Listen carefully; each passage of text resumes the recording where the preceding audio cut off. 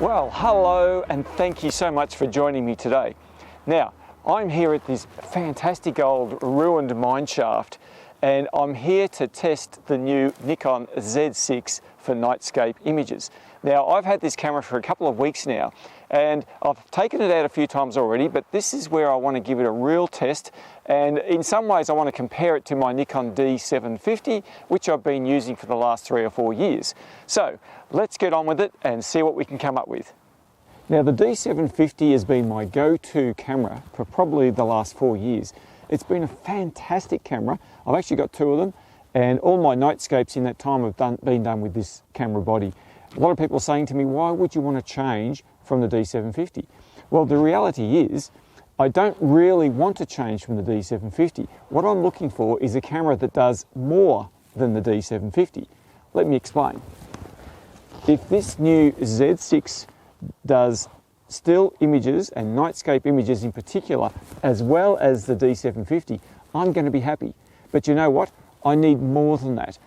The reason I am very interested in this camera is, yes, I want to take still images, I want to take long exposure, I want it to be good at high ISO. I want a camera that does great video, and this camera absolutely kills the D750 in the video realm. So I've just taken a shot here facing towards the northeast, got Orion in the background, and I've taken a number of exposures at different ISO levels. I've also done my fine art light painting, so I've actually lit the building with different from different angles. So I'm pretty happy with how that's looking on the back of the camera. So I'll move on to the next shot now.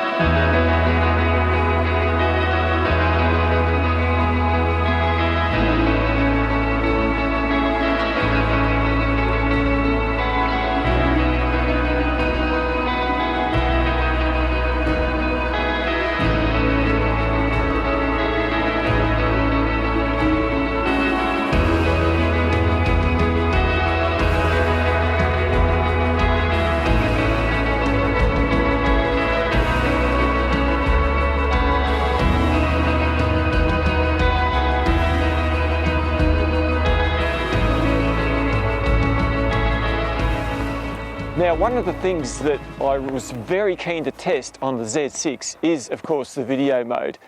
And the thing about this camera is just how well the autofocus and the face detection works. Now, I've just walked up the hill. The thing's in autofocus. I've got it set at 20,000 ISO, and it's shooting with a Sigma Art 35mm at f1.4 at 1/25th of a second. And I've got a few very dull lights around here just so I can see what I'm doing. But it's just great. It's fantastic. No other Nikon DSLR can go anywhere near that performance level. So it's really exciting. Now, normally I shoot my videos on the Panasonic equipment. I have been for many years now. My latest camera is a Panasonic G9, which is a very, very good camera, but it can't touch this for low light performance. Okay, so what I'm doing right now is a high ISO test. This is at 25,600 ISO. I'm just going to go for a walk up on top of that hill. I'm in autofocus mode, and this is just a test to see how it looks on camera. So here we go.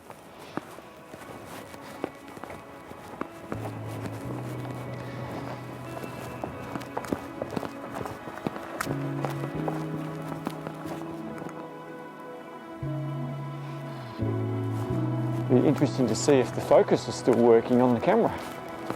I don't know if it's got much to focus on. It's a bit of a moonlight silhouette up there on the hill, and that's what I was trying to test out actually. All right, well, we're back again. Hopefully that worked and you can see me okay.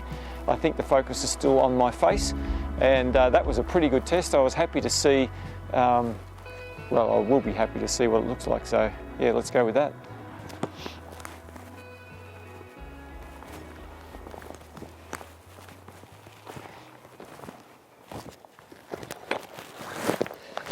Okay, well, that was a very frustrating night so far. Now, the reason for that is because of this endless cloud cover that's just come across. I've been trying to shoot quite a few different compositions, and I've been frustrated because of the clouds that have come across, which has made it very, very difficult for me to actually really put the camera through its paces. But tonight I shot with the 20mm f1.8 Nikon. That's with the FTZ adapter on the Z6. Also the Nikon 14-24 f2.8.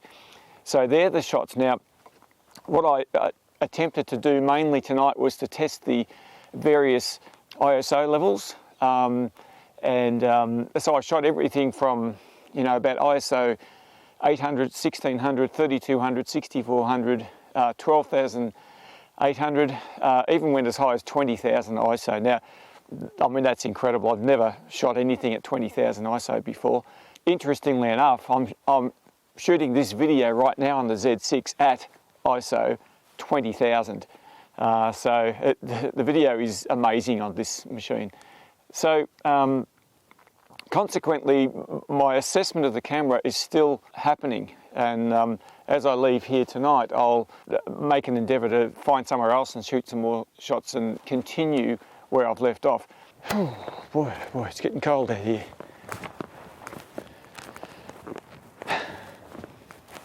All right, well, pack up time.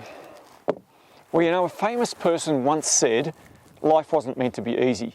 Well, he got that right, didn't he? It wasn't easy tonight. It was so windy at times I couldn't stand up properly. And of course the clouds came across, and that really ruined any chance I had of getting some crystal clear night sky images to test the camera out. I just had to experiment with a few other things. So tonight I played around more with the video side of the camera, which was great, and I learnt a fair bit about it from that perspective. So anyway, I will continue my trials with the camera, and I'll keep you guys posted, and until next time, I'll see you later.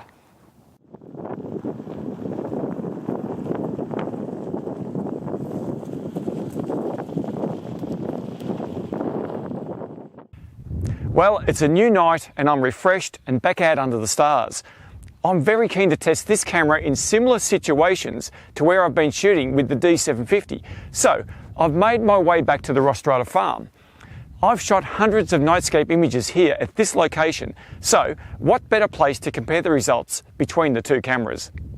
There are quite a few differences between the D750 and the new Z6. And to get the best out of the camera, I'd like to run through some of the things that relate most to nightscape photography and the user experience in general.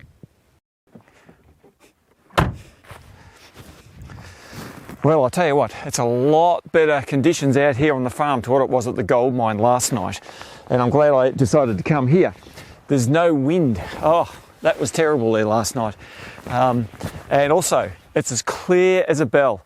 There's stars everywhere tonight, so it's a really good testing for the camera. So I'm going to shoot quite a number of these objects on the farm. We're going to have a look at them and we're going to compare the cameras. So let's get into it. So now I've had a fair bit of time to play with this new camera.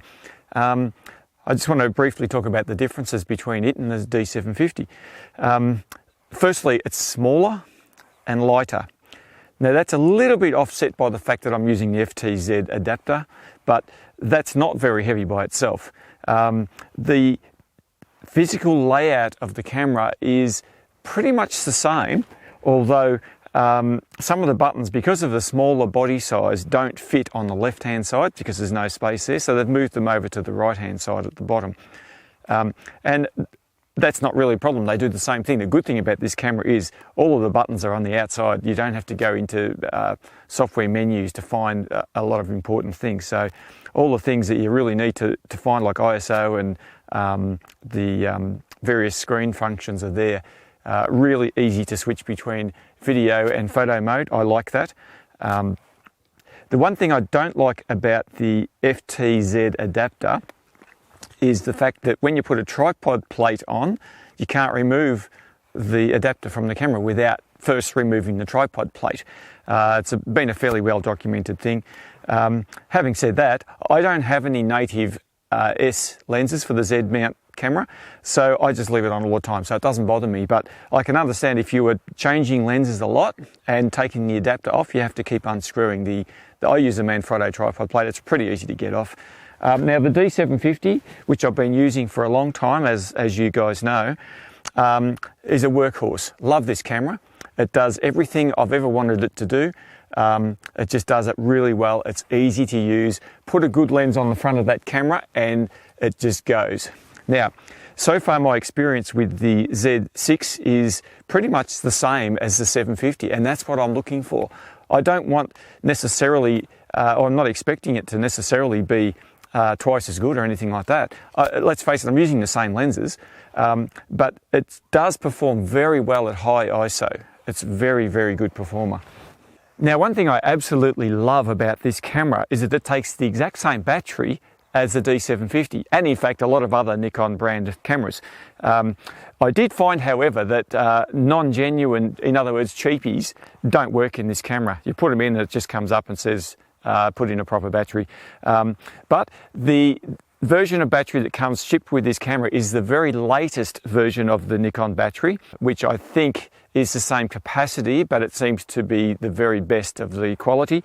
Which the other thing about it is you can actually charge it via USB inside whilst it's in the camera. That's a first for Nikon cameras as well. But overall, I'll get a few more batteries because this chews through batteries a lot quicker than the D750. That's what I've noticed so far. I've set the camera up so that the live view screen isn't always on, which is a great feature, just a button on the top there, on the top panel, which makes it really easy. But nevertheless, I'm going to need a few more batteries.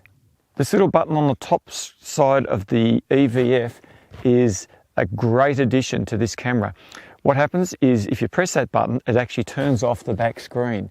So the screen isn't on all the time. One, it's not burning up all your battery power, and two, it's not annoying everybody else that happens to be around you shooting at night. A great addition. Now, I did mention the FTZ adapter before, and the reason I'm using the FTZ adapter is because there are hardly any lenses available for this particular camera. There's only 3 at this point in time, and none of them are fast aperture wide angle lenses. The widest is a 35mm f1.8. So therefore, as you can see, I'm using the FTZ adapter with my 20mm f1.8. I've tried it with the 14 to 24 f2.8, works great. And also my Sigma Art Series 35mm f1.4. I gather that on the lens roadmap for 2019, they're looking at a 20mm f1.8 with the native Z mount. And if that's the case, that will be very attractive to me. So as I mentioned to you guys when I was at the gold mine, this camera is fantastic in video mode. I'm very pleasantly surprised with the FTZ adapter and these lenses, how it autofocuses, and it works extremely well in photo mode in normal daytime photography. Very quick to focus in autofocus. No problem at all with any of that. So as far as the nightscape photography, the adapter works well. The lenses work exactly the same way as they do on the D750, so that's a bonus. So I've got plenty of lenses. I've tried the 20mm, I've tried the 14 to 24, I've tried the 35 Sigma Art Series, I've got a 50mm f1.8, a 85mm f1.8. They all work, no problems at all. I do have 2 Tamron lenses that don't work at this point in time. I think Tamron are working on a firmware update, but other than that, great. And in video mode, really, really impressive low light performance. Now, one of the big things about this camera, and one of the changes from the D750, is that it has a single XQD card slot. Now, these are a very high performance card as opposed to the SD cards that are in the D750, but there's only one of them. a lot of people have complained about the fact that the D750 and most of the other high quality Nikon bodies had 2 card slots. Now for me personally, with Nightscape Images, I only ever use 1 card. Even though I've got 2 in the Nikon, I've never used it as a backup, and it's only ever been set to overflow, and I've never got anywhere near overflowing, because Nightscape's photography in slow motion, you just don't take that many pictures. So the XQD is a very fast card transfer wise. It transfers data like crazy, very robust card, and I don't envisage any problems with that single card slot. Now the LCD screen is excellent. The quality, it's sharp, it's really, really high quality. It articulates up and down, which is exactly the same as the D750. And I've mentioned to you guys before that for my Nightscape Images, I couldn't stand not having that articulating screen.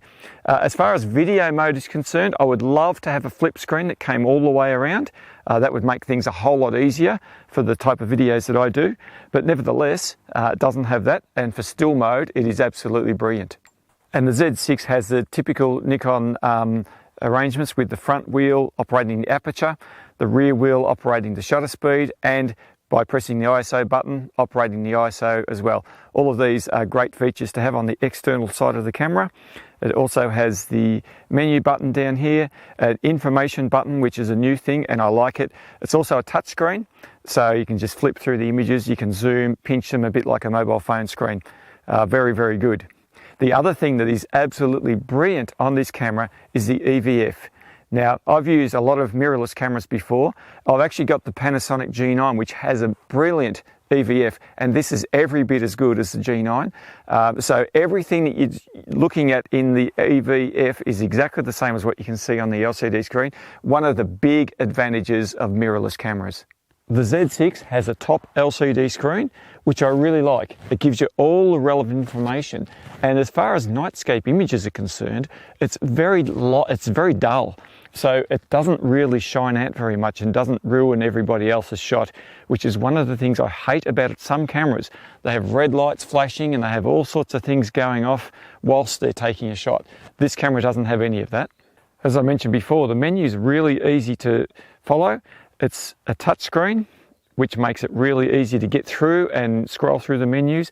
It's almost identical to the D750 and the D600 and a few of the other models, but it's got a few extra things that are unique to this mirrorless design, and that's fair enough. One of the things I really like is this information button. And down here, you can scroll through various things that you want to change and just quickly get to, such as the vibration reduction, manual focus, autofocus, white balance, metering, flash mode. That's a really good one. I use that a lot. Now, I have been using my standard remote control triggers on the Z6, and they're exactly the same, the ones that I use with the D750. Fantastic. And the port on the side of the camera here has the same fitting and the same cable as the D750. Now, users who are used to perhaps the Nikon D810 or the D850 might be a bit upset because they have the round pin that screws in, and it's supposed to be a lot more rugged and robust, but I've never had any trouble with this because it's not a thing that you move very often. It's also got these weatherproof flaps, as you can see here, that come off, and it shows you all of the connections there. So there's a HDMI port, and there's a USB port, and there's a microphone jack, etc. on the other side. This camera is fully weather sealed, and everything on it is very, very tight, which I like. Now, speaking of remotely controlling the camera, there's a Nikon application called SnapBridge. SnapBridge has got a lot of bad publicity in the past because it hasn't worked very well, to be honest. But with this model of the camera, they've done something to SnapBridge, and it works a treat. I've been using it to remotely control the camera for video because, as I said, it doesn't have a flip screen that comes right around. You can't see what you're recording. So you can hook in a phone or a tablet and actually see what's recording and press the stop and start button for recording. For still camera mode, it's got a lot more features. You can adjust the aperture, shutter speed, ISO, white balance, exposure compensation, pretty much everything, and take a photo. It also enables you to transfer files to and fro from your tablet or computer. So it seems to be working well. It has a good range as well, and I've been using it for a couple of weeks now. Hasn't dropped out on me once, so that's a bonus as well. Okay, well, I reckon that's enough of the talk. Let's get out and take some shots and put this baby to work. Okay, so as you can see, I've shot this beautiful old truck, the Comma. I've shot it plenty of times here before, mainly with the D750. Now, because the truck doesn't have any wheels, it's right down low to the ground, I've got to get my tripod down low to the ground. I often talk about this because I like to get this subject lifted slightly above the horizon if I can. So in this case, I'll put the Z6 on the tripod here, no center column, so that makes it a lot easier to get the tripod down there. So far, it's just the same. It's indistinguishable from the D750 as far as results and the basic operation of the camera. It takes a little bit of getting used to because of the mirrorless, because of the monitor and a few other things, but so far, so good. I've been testing focus peaking for focusing on the back screen of the LCD, and you can see there that the tree down there that's lit and also those stars behind it are quite clearly showing out as red dots. And as I turn the focus ring, the red dots disappear, and as I turn it back, they appear and change colour. You can actually see the tree has a tinge of red on it as well. So focus peaking is something that I've never really taken a whole lot of interest in before, but in the case of this mirrorless camera, it actually incorporates that, and it is a very, very useful feature. I've just tested it out opposed to normal focusing with just using a live view screen, and the results are exactly the same. So that's something that I'll make use of for sure in the future. And as with most focusing that I've done before using a live view screen, it's always the fainter stars that you look for. When they start to turn red in this case, or in normal focusing, when they just come clear into focus, the faint stars, that's when you're going to nail focus.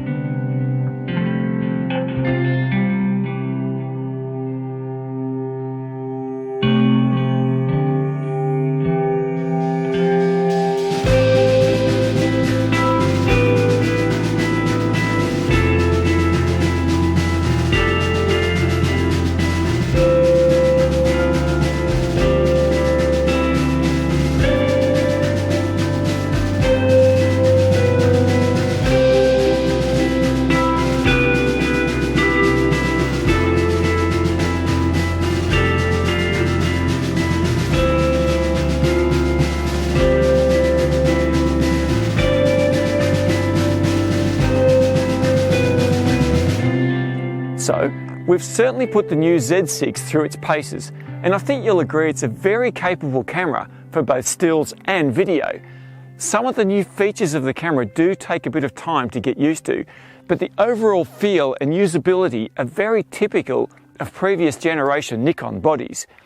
Of course, I'll continue pushing the limits of this and all my other gear as time progresses. Obviously, the equipment is one very vital component for shooting nightscapes, but what's most important is how we make use of it and how imaginative we are with all the various tools at our disposal. Okay, well, it's been great spending time with you again out here under the stars, and as always, I really appreciate your company. Until next time, see you later.